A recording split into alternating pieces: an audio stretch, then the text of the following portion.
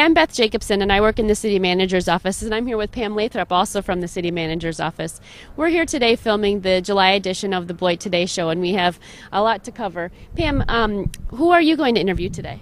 I'm interviewing Tom Klippert today. We're going to be talking about some code enforcement issues that might crop up during the summer. And I'm going to interview John Kalkertz and Brett Hebert about Grinnell Hall and some of the upgrades that we've been doing with grant money. And I'm also going to interview Samantha Timko and Debbie Fisher about the All-America City competition. And they're going to tell us about the competition, really what it was, and and how it went. So Pam, Well, it's going to be difficult to go in after sitting out on this wall and just enjoying the summer sunshine. But I guess we will have to go find John at Grinnell Hall. That's right. So I hope you enjoyed the show.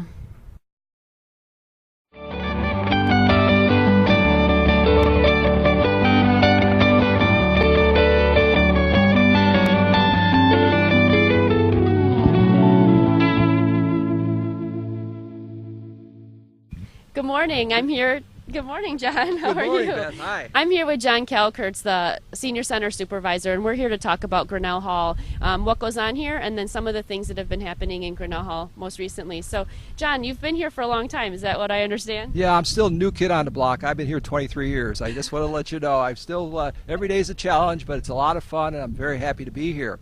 There have been a lot of questions asked to me about this beautiful building that you see behind us, the William H. Grinnell Memorial Hall.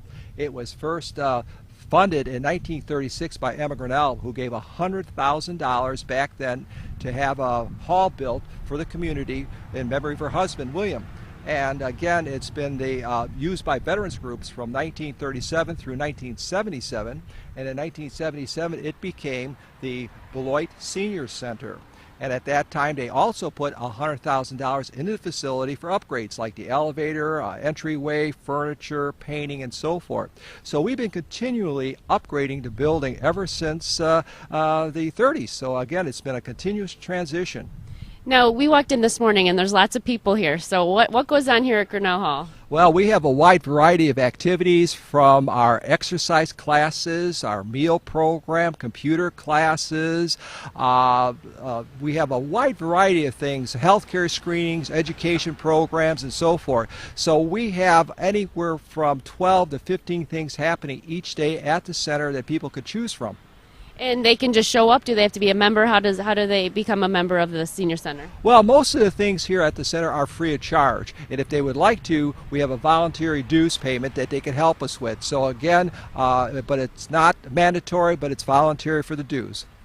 Great. So I heard that there have been some improvements to the building recently. Do you want to tell us just a little bit of what's been happening? The building is fairly old, so what's the history, or what's the outcast for this building? Are we going to keep it around and we're investing in it? Well, with any building, you have to upgrade because of the efficiency with energy and so forth. And we are putting in new windows and thermal panes. We are putting in we had a nice gas stove put in. We are putting in energy efficient air conditioners and so forth. So we are looking at energy costs, because energy cost is a big part of the budget. And so the City of Beloit is very cognizant of this, and they have been improving on a regular basis. And later on we'll hear from Brett about some of the things we've been doing.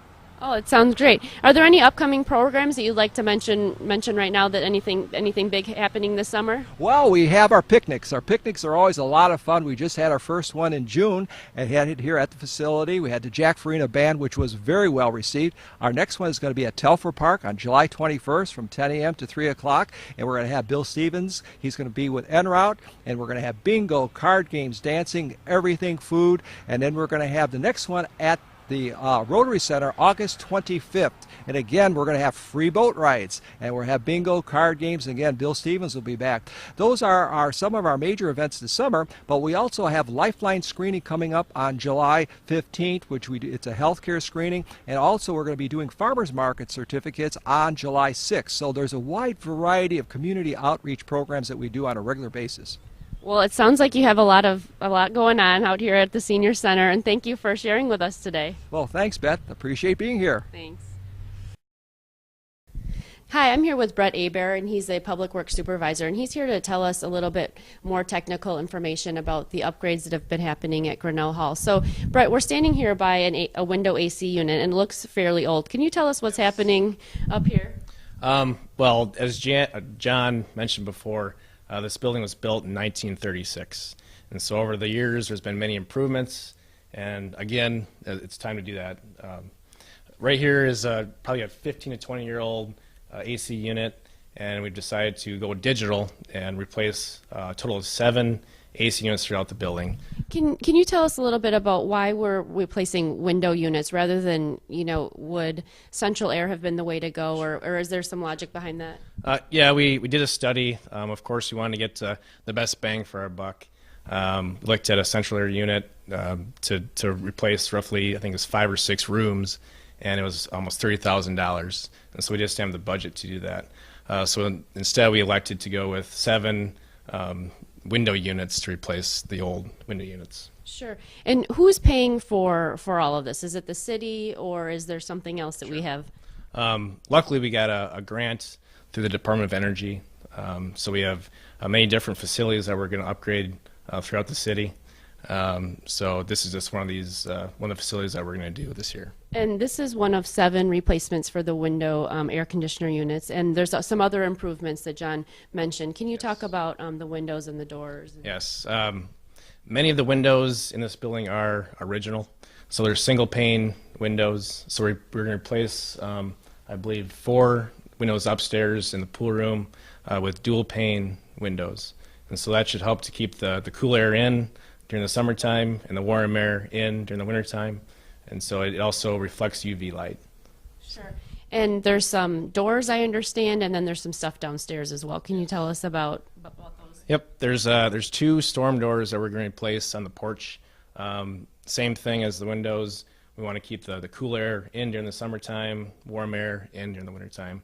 Also in the kitchen, we're going to replace a mechanical fan that actually has louvers on it that don't seal. So in the wintertime, it lets the cold air in, which we're trying to prevent. So that's another upgrade we're going to do in the kitchen. We also replaced a stove that was what they call a standing pilot light, which burns continuously. And there was a few times that these flames went out and natural gas was actually leaking into the kitchen. So from a safety standpoint, that was the first thing that we did. And we put electronic pilot light, so it only kicks on when we need it. I think John's pretty excited about the stove. I've talked to him a couple of times, and he has given us lots of compliments. And then I think there was one other improvement. I think he talked about toilets. I think they're taller and more water efficient. Yep, we elected to go with 4 new what they call water sense models. Through a study that we did, we should save about 60,000 gallons a year. So that's a pretty significant savings. Is there anything else here at Grinnell Hall that's happening, or is that pretty much it? We're going to tighten this building up?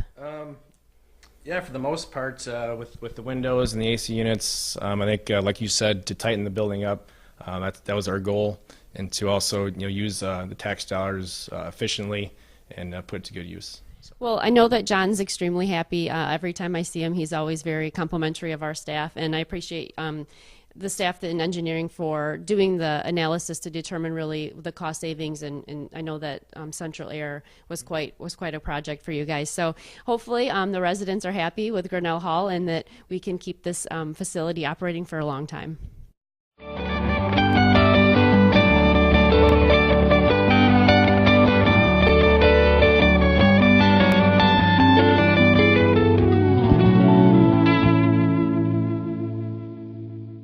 Tom Clippard and I are at the State Line Prairie Restoration Area. Tom is the Director of Housing Services for the City of Beloit. Hi, Tom. Thanks for coming out today. You're welcome. Hello. If you look behind us, you can see the tall grass, which is on purpose since it's the restoration area, but you don't want your yard to look like this. What happens if your yard looks like this, Tom? No, you certainly don't want your yard looking like this. The code states that you have to have your grass 8 inches or less. So if you let your grass grow above 8 inches, you'll get an order from the City of Beloit to tell you to cut the grass. And how are those orders generated? Multiple ways, either complaints coming into our office. We have inspectors throughout the city that look for code violations. And then once you do get a code order, there's a time frame within that order that you have to comply. Then if you don't comply, then you could possibly get a citation. And I know that this is touchy for people, that they get a little bit angry with your office, but you know, what is the purpose of having a code enforcement department in the city of Beloit? Well, really the purpose is to maintain the appearance of the city, maintain property values, just have a nice, safe appearance for the city. Now, once a person is receives that letter in the mail, then what is the process from there? Well, they have to comply within the time frame. If they cannot comply within the time frame and they are attempting to make progress, they can come in for extensions. We will provide extensions. Also, if it's a code violation on your home, such as a roof issue, you need painting and that sort of thing, and you can't afford it, the city also offers low interest loan program for property owners that are low to moderate income. Really, and how would a person go about applying for something like that? Basically, you just call our office, and the office number is 364-6650. And for the loan program, ask for Christy Harrison, and she would start you through the process. How long is that loan good for? How long do they have to pay off the loan? It depends on your income. Sometimes it's deferred, or if it's not deferred, it's 15 years. Okay. Now, besides long grass, what are some of the other maybe summertime issues that your code enforcement officers would be looking for? Besides grass, another big issue is parking on grass.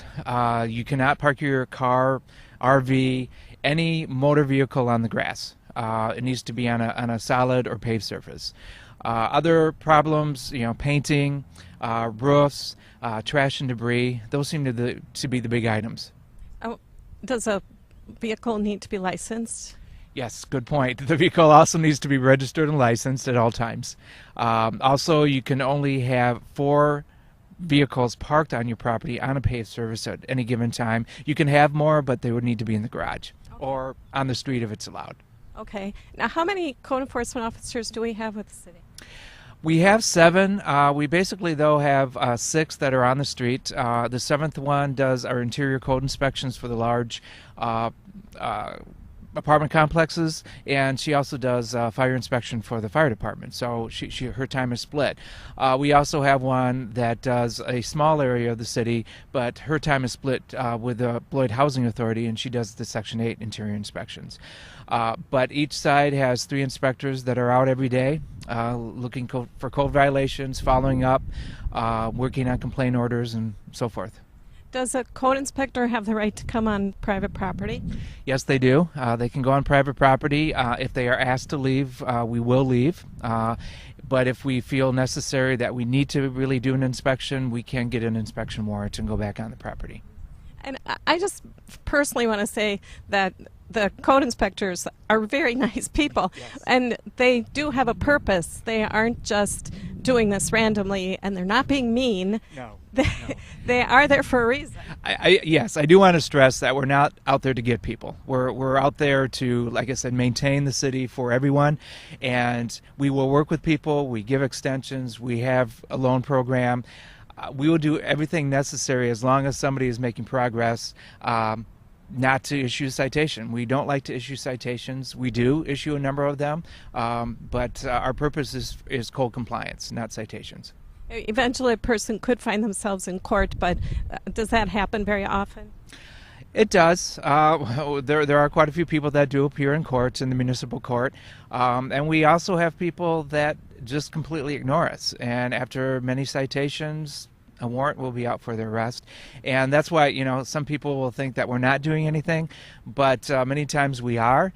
But if people choose not to comply, the only force of action we have are citations. We can hire a contractor to come out to cut grass and clear trash and debris, but that's about it. We won't paint houses, we won't put new roofs on, and that sort of thing. And I know that's pretty much the last thing that you really want to do for people. Right. But now again, if you just want to repeat your phone number, if people have questions or complaints, they can call the office. You can call the office at 364-6650. That is the main line. Okay, thank you, Tom. Thanks. Hi, I'm here with Samantha Timko and Debbie Fisher, and we're here to talk about the All-America City competition. And Samantha, we'll start with Samantha. Samantha's a management intern in the city manager's office. Can you tell us a little bit about yourself? You're in graduate school, just so that people... Yep. I am at graduate school at NIU, working towards getting my master's in public administration.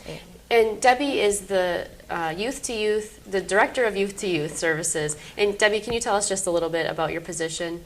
Yes, we're a teen advocacy program, and actually I empower teens to make a difference in communities, positive change. Great.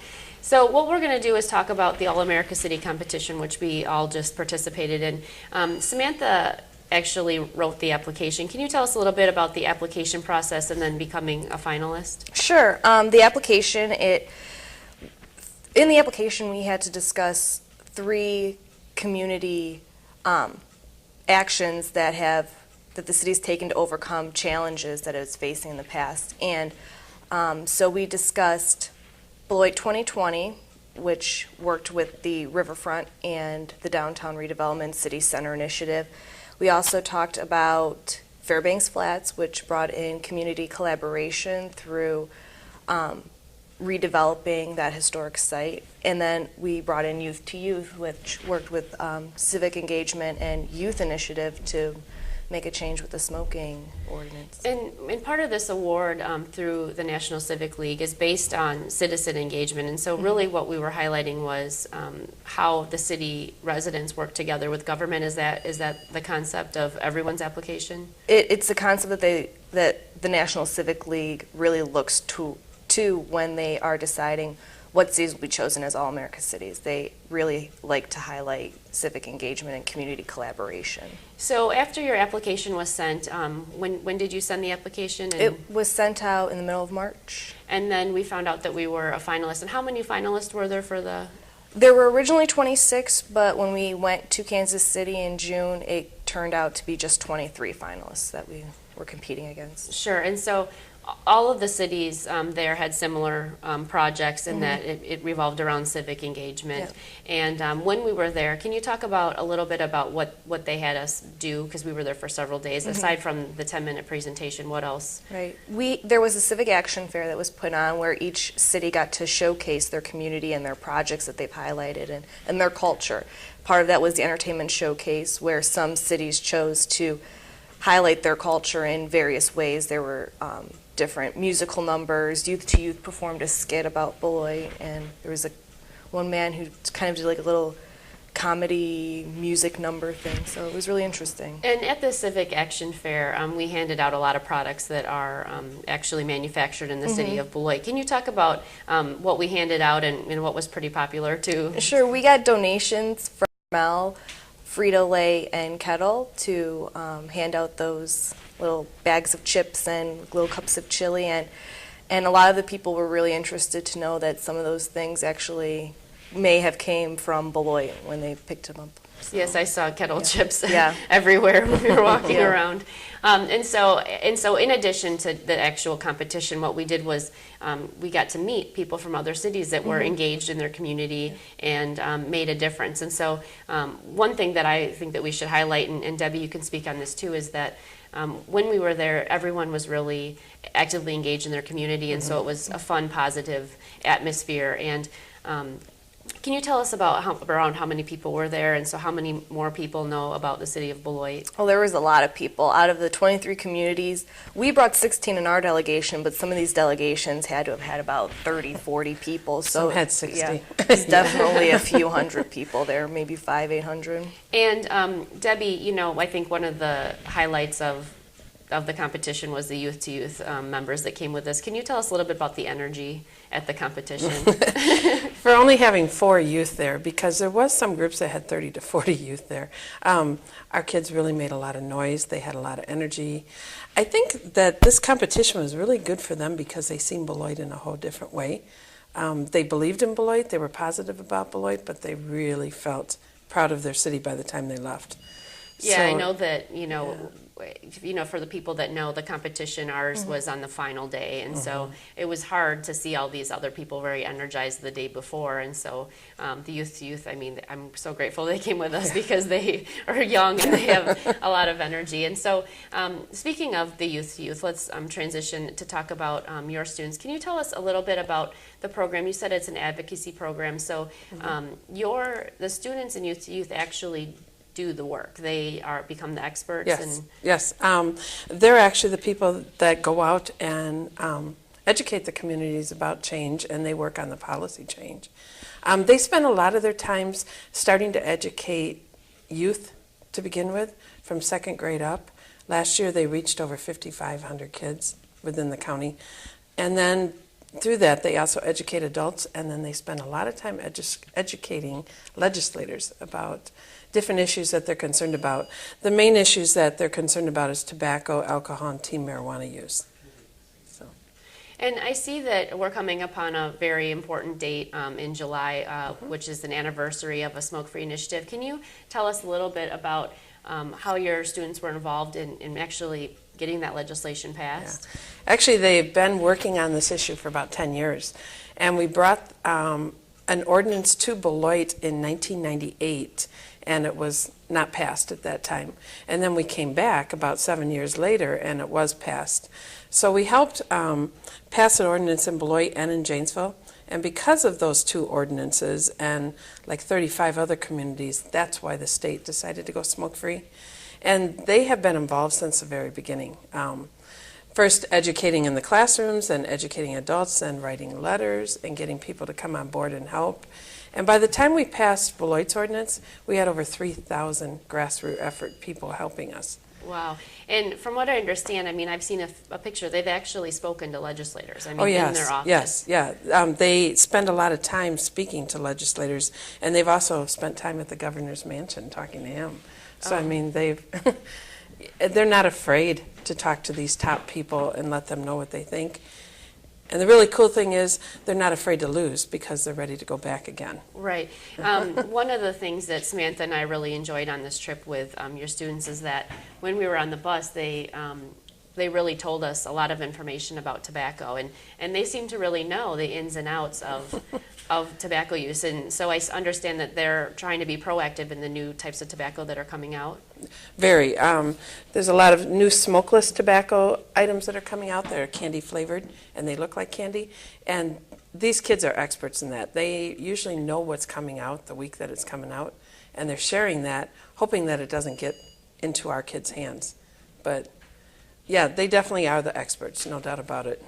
Well, that's fantastic. I know that we had a great time on the trip, and I appreciate all of your help on the All-America City application and then the actual trip. And so thank you for being here, and Thank you. we'll keep you posted. Thank you.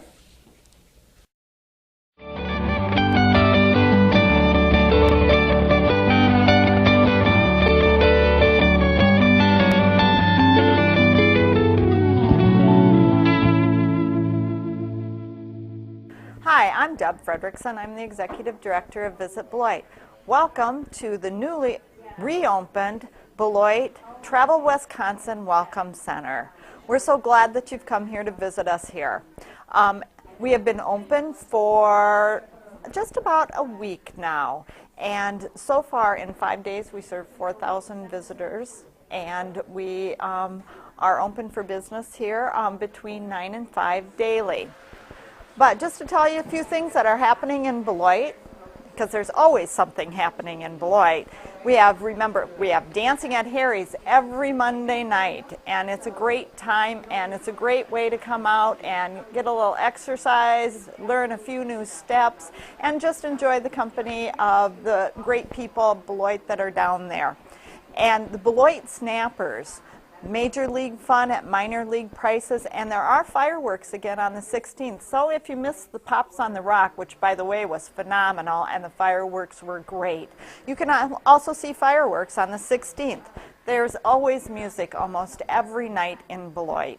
So no matter what evening you come down, there's always something to do in the downtown and the restaurants and bars around Beloit. and music and more at Riverside Park. And I think the next upcoming one is Knee Deep. And Discover Wisconsin will be filming that event. So come on down and join us down there. Fridays in the Park, every Friday in downtown Beloit. $6, I'll buy you lunch and you hear some great music, enjoy the company, the weather, and the fun of the downtown. And every Saturday, downtown farmers market. It has been so busy. There's been so many people, and it continues to grow and be one of the biggest and best in the entire state of Wisconsin. And it's a great time to come down and socialize, to purchase fresh produce. There's so much variety down there right now, and the vendors are wonderful. So please join us down there every Saturday through October. Beckman Mill Ice Cream Social on the 17th. That's one of those can't miss things, and it's at Beckman County Park, and we hope to see you there too.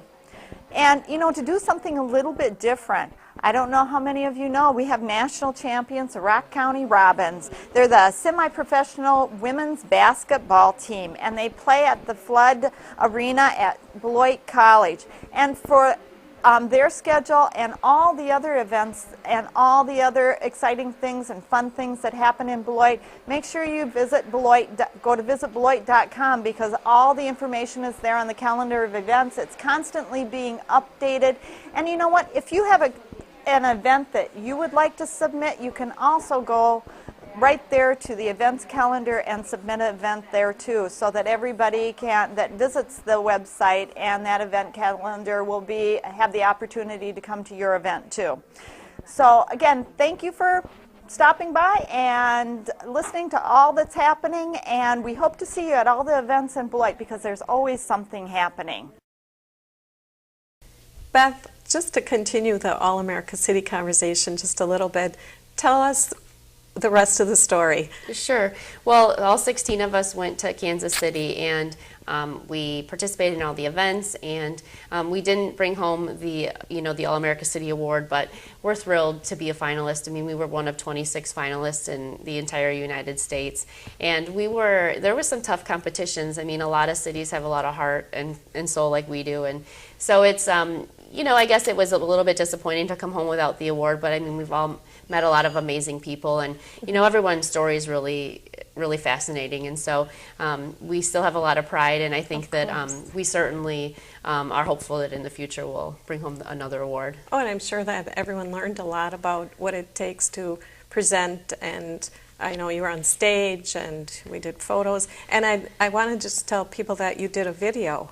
We did. We put together a video about the 3 presentations in the city of Beloit, and it's on our Facebook page, and it's also on our city website. And so, feel free to go and watch the video. I mean, it's a great, great video, and it tells a really fantastic story about the city of Beloit and our citizens. Mm-hmm. And actually, speaking of Facebook, we did want to mention Facebook to our viewers today. Tell us about Facebook. What's the Facebook page? Sure. The Facebook page is www.facebook.com/City of Beloit. It's a pretty easy one. You can also search it if you're on Facebook, and we post when the city council agenda goes out. I try to post meetings, the day of the meetings. I post. Just recently garbage collection was delayed one day, and so that's up. We try to just put out any little tidbit of information that will help our residents, and hopefully it's just one more way to keep them in the loop. Mm-hmm. And there is a link from our city's website to the Facebook page also, where you can click here. Right, we're interconnected, that's right. true. Perfect. We're trying to get with the times. Yes. We did give up Twitter, though. Yes, we did give up Twitter. But in favor of Facebook, and I think that's worked out really well. It has. It's worked out much better. More visual. Well, I think we're pretty much close to wrapping up another show, but we wanted to mention some things that are coming up next month. I hate to say it, but I think it'll kind of be our back-to-school show. It's barely summer. It doesn't seem like we're really into summer yet. We're starting to think about fall, but we do have someone lined up to be on the show from the Rock County Health Department who's going to talk about immunization requirements for the students going back to school. And I believe we're going to speak with the city clerk about some of the voting Yeah, and I changes. know that she's been working hard on, there's going to be some redistricting, which she'll talk about later, but and I know that they've been very active on trying to reassess everything now that the census is back. So join us again next month, and of course we want to thank our staff for the great job that they've done, and thanks to all our guests. So this is Pam Lathrop. And Beth Jacobson, Thanks for joining us. thanks.